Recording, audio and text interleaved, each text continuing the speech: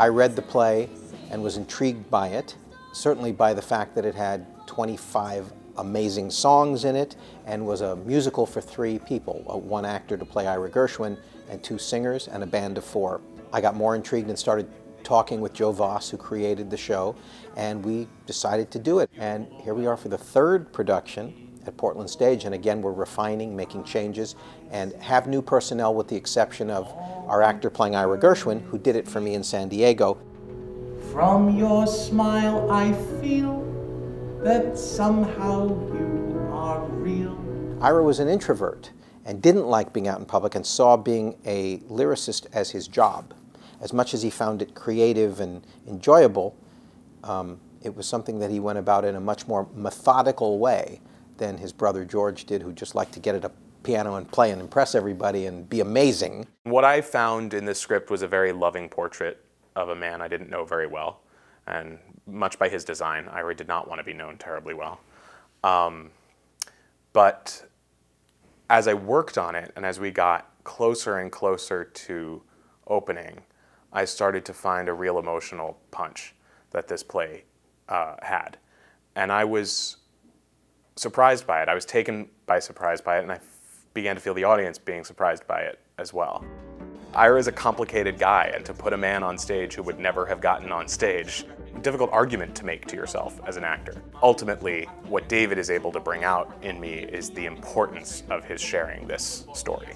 The importance of getting everyone to understand exactly how important his brother was to him, how important words were to him in getting him to collaborate with these other composers, and his lifelong passion for this. That it's important enough that Ira will set foot on a stage for one night. So if you like pajamas, then I like pajamas.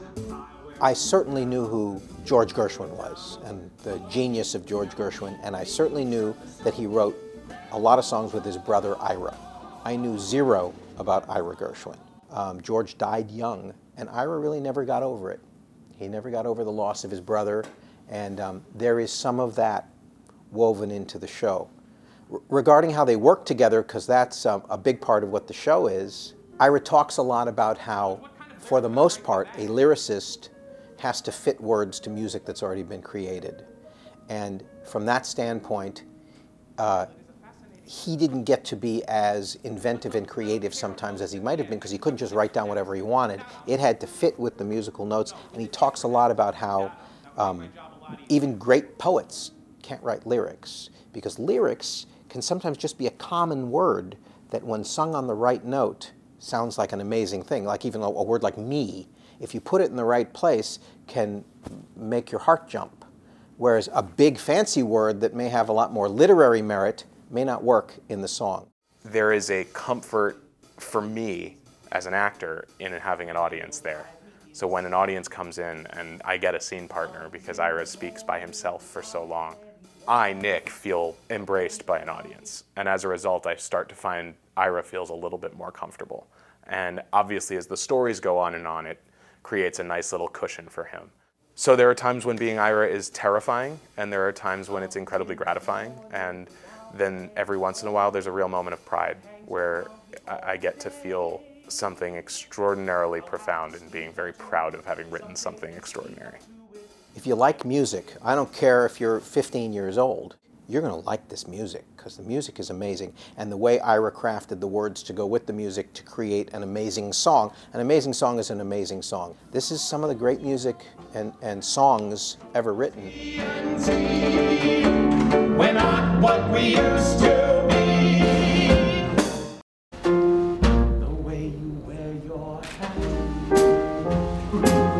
the way you sip your tea. Joe Vass, who wrote this show and wrote it so beautifully, I think, structured the play almost like a Gershwin song, that it seems to be about little things but ends up being about something quite profound. And his example for that was the song They Can't Take That Away From Me.